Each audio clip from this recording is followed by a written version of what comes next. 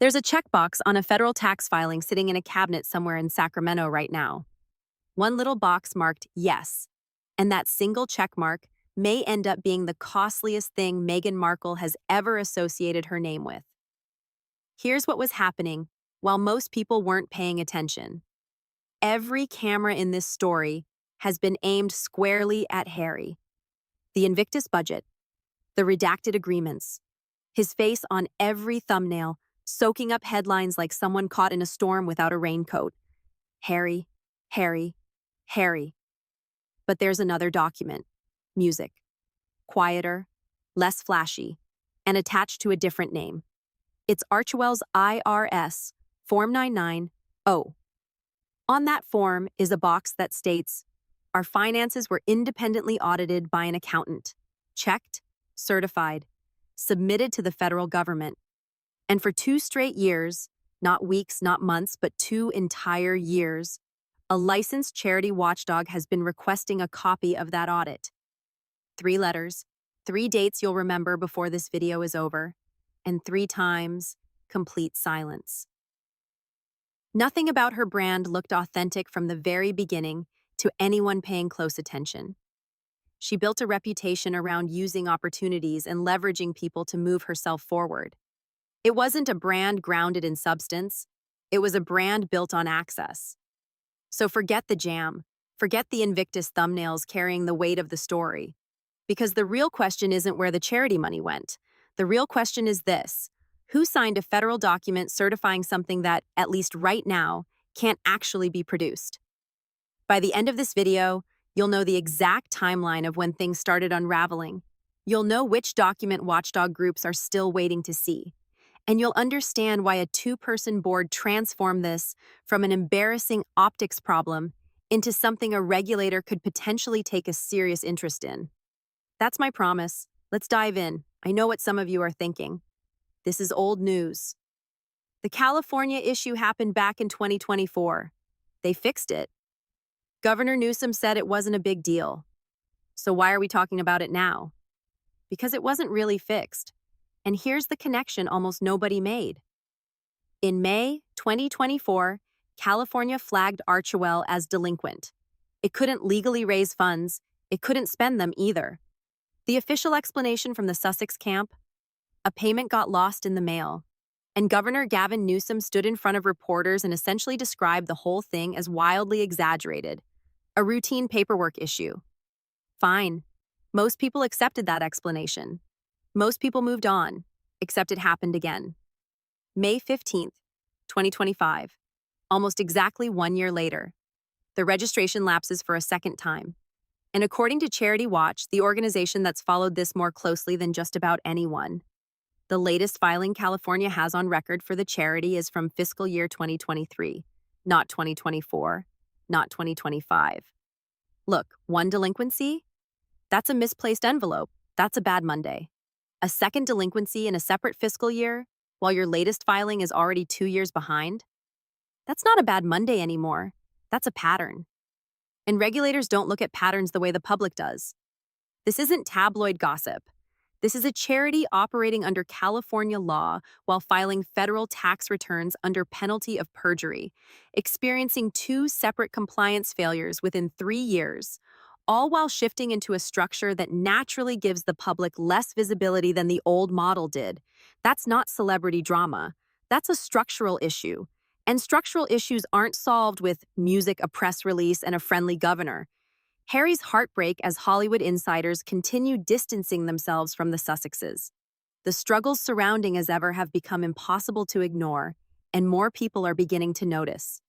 Revelation number 1, the 2-person boardroom. Every legitimate charity is supposed to have someone in the room whose job is to push back. That's the purpose of a board. You don't operate a tax-exempt organization like it's a shared bank account with a mission statement attached to it. So who's overseeing the money at Archewell? 2 people, Harry and Meghan. That's the board, the entire board. Charity Watch CEO Lori Styron laid it out plainly. The generally accepted nonprofit minimum is 5 voting board members, with most of them being independent. Archewell has 0 independent board members. Not a single person at the table who isn't married to the other person sitting there. Now think about how that works in practice. If one founder spends an entire year focusing on a personal lifestyle brand instead of the charity, who's supposed to object? The other board member? The one they're married to? That's not oversight. That's a conversation over dinner. But a weak board only becomes a serious issue once significant money starts moving. And the money did move. Revelation number 2, the figures nobody wants to say out loud. Let's talk numbers. Because numbers don't hire publicists, the foundation brings in more than $13 million. A fantastic opening year, the kind of figure that earns a lot of goodwill and a tremendous amount of benefit of the doubt. Then by 2022, that number falls to just over $2 million. That's an 85% drop-off in a single year. Now move ahead to 2024, the latest complete year available in the filings. Money coming in, $2.1 million. Money going out, $5.1 million. Read that one more time. They spent more than twice what they brought in during the same year. And I already know the counter-argument. They were using reserves from stronger years. Okay, maybe. But when you're burning through money at a 2-to-1 rate compared to incoming donations, the very next question any competent auditor is going to ask is incredibly simple. Show me the paperwork. Show me where the money went. Show me every dollar, because the numbers stop adding up. And that brings us to the moment they were supposed to show their work, and didn't. Revelation 3, the audit nobody can seem to find. Let's go back to that checkbox. Federal tax form. Part 12. Were the organization's financial statements independently audited? Archewell checked yes. Fantastic. Wonderful. Then show us the audit. Charity Watch made its first request on January 22, 2024. A formal letter, professional, routine, no response. They tried again on December 6, 2024. No response. Then a third time on January 6, 2026. No response. 3 letters, 2 years, nothing. And I want you to think about that for a minute because there are really only 2 possibilities here. I've gone back and forth on both of them, and neither is particularly reassuring. Option A. A completely ordinary, perfectly clean, independent audit exists somewhere in a filing cabinet. And for reasons that make absolutely no sense from a public relations or self-preservation standpoint, they simply choose not to release the one document that could shut down these headlines overnight. Option B. The document isn't there. You decide which explanation sounds more believable. And if you think that's the biggest problem in this story, stay with me for the legal section coming up. Because a missing audit by itself? That's embarrassing. A missing audit sitting on top of everything else we're discussing? That's something else entirely. Every new project gets marketed as a reinvention. Every interview is packaged as empowerment. Every carefully staged family moment is presented as authenticity. And yes, Meghan, plenty of people see through it. But now the wider public is beginning to notice the same pattern, because somehow it always circles back to Meghan. It always comes back to the same question. Girl, what exactly are you doing? Revelation 4. The Disappearing Act disguised as a rebrand. So let's review. The registration lapses twice. The audit can't be produced. The organization is spending money at a 2-to-1 deficit. And then what happens? Late 2025. The foundation announces a name change. Archewell Foundation becomes Archewell Philanthropies. The official statement talked about expanding the family's charitable work. Expanding. That was the word. Yet during that same week, 3 staff positions were eliminated, including the Director of Programs and Operations. Executive Director James Holt announced his departure after 5 years, and donations had fallen from more than $5 million to just over $2 million. That's not what expansion looks like. You don't expand while cutting staff and watching contributions shrink. That's not growth. That's a retreat wrapped in a polished press release. But here's the part that should really get your attention. This wasn't just a simple name change. The organization shifted into a fiscal sponsorship model. And because almost nobody explains what that actually means, let me put it plainly. A fiscal sponsorship structure generally provides less public disclosure than an independent foundation, less transparency, not more.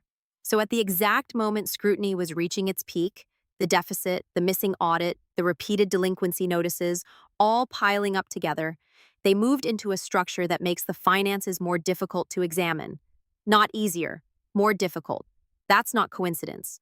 That's design. Revelation 5. The week everyone walked away. December 29th, 2025. Two significant departures happen within the same 7-day period. James Holt, executive director since 2021, a familiar face who even appeared in the couple's Netflix documentary, the man who reportedly helped guide them through the Oprah era, relocated across the Atlantic, and remained through every controversy, every headline, and every wave of staff turnover for half a decade. He announces he's taking his young family back to London. Just days earlier, Chief Communications Officer Meredith Maines stepped down. She had been in the position for less than a year, and depending on which report you're reading, she was approximately the 11th publicist connected to this operation in 5 years. 11. In 5 years. The official messaging around Holt's departure was cordial. Gracious statements, mutual appreciation. He would remain involved as an advisor. Everything presented as perfectly amicable. And look, I'm not going to pretend I know what was going through the man's mind while cleaning out his office. I can't read thoughts, but I can read timelines. And when a 5-year executive director and a chief communications officer leave within the same 7-day window, that's usually not random, not inside an organization that's also cutting staff, restructuring itself legally, and sitting on an audit that remained unavailable despite 3 professional requests over a 2-year period. Sometimes the loudest statement a person can make is simply walking away without saying much at all. And I want to slow down for a moment here, because behind every filing, every budget figure, and every redacted document are real people. Most of them never asked to become part of anyone else's paper trail. Kirsten Slevin oversaw programs and operations for the foundation, and during that December restructuring, she lost her position. She's not a headline. She's not a thumbnail. She's a real person who showed up to do the work of running a charity and ultimately became a footnote in a story about a deficit she didn't create. And then there's the side of this story that almost nobody covering entertainment wants to spend much time talking about, the veterans. Because the entire reason Invictus exists is wounded service members. That's the mission. That's the promise. Athletes who lost limbs, mobility, or pieces of themselves in places most of us will never experience, competing because somebody built a stage that allows them to prove they're still standing. They're still here. And according to public filings from 2024, the Invictus Games Foundation reduced its direct grants to veteran organizations by 63%, from more than £500,000 down to just over £200,000. During that same year, foundation income increased by 41%, income up, grants to veterans down. Same year, somewhere, a wounded competitor lost access to support that simply wasn't available anymore. Somewhere, a veterans organization had to stretch fewer resources across greater needs while the foundation's revenue was actually growing. Nobody put that story on a thumbnail. Nobody built a headline around that. And then there's Dr. Sophie Chandauka, chair of Senta Ballet, Harry's other charity, the one he co-founded in 2006 as a tribute to his mother. According to her own account, given publicly to the Financial Times, Harry's team asked her to release a statement defending Meghan from negative media coverage. She declined. Her exact words were, "We're not setting a precedent by which we become an extension of the Sussex PR machine." Now look, that disagreement became messy. Both camps have their own version of events. Both sides have been vocal. I'm not here to tell you who's right or wrong in that dispute, but what matters is what that refusal tells us. Someone inside the operation, someone serving as board chair, believed the charity was being asked to serve the brand rather than the brand serving the charity, and she said so publicly, on the record. In a way that can be verified. That's the cost nobody includes in the highlight reel. All right, let's talk about what the law actually does with everything we've discussed. And before I go further, I want to be clear because clarity is the whole purpose of this channel. Nobody has been charged with a crime. No regulator has publicly determined that fraud occurred. What I'm about to explain is simply what the documented facts could mean on paper if the missing pieces remain missing. That's a major if, but it's a real one. Let's start with California. The Attorney General's own framework lays it out fairly clearly. A charity fails to file, its status becomes delinquent. If the issue isn't corrected, the next step isn't another friendly reminder. It's suspension, then revocation. A charity that loses good standing in California cannot legally solicit donations or spend charitable funds within the state. Two separate lapses within 3 years is exactly the type of pattern that escalation framework exists to address. Now let's move to the federal side, because this is where that checkbox starts becoming important again. When a Form 990 is signed under penalty of perjury stating that an independent audit exists, that's a specific certification. It's a sworn representation. If that audit ultimately cannot be produced, the legal question stops being, does this look bad? Instead, it becomes, was that certification accurate when the form was filed? That's a factual question, and factual questions can carry consequences. Now, here's the legal term that really matters, because it explains why a two-person board is such a central issue in this story.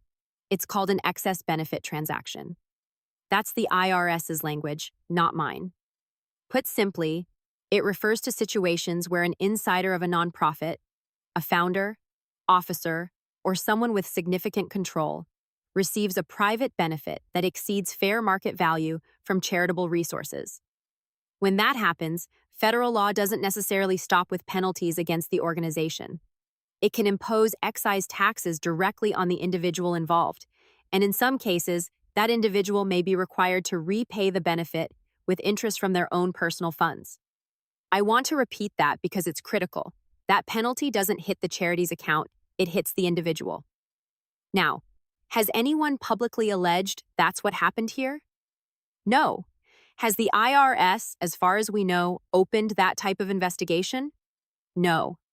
But when you combine a two-person married board with no independent oversight, a spending deficit running at 2-to-1, and an audit that couldn't be produced after 3 professional requests spanning 2 years, you're looking at the kind of fact pattern these rules were specifically designed to examine, if those concerns were ever substantiated.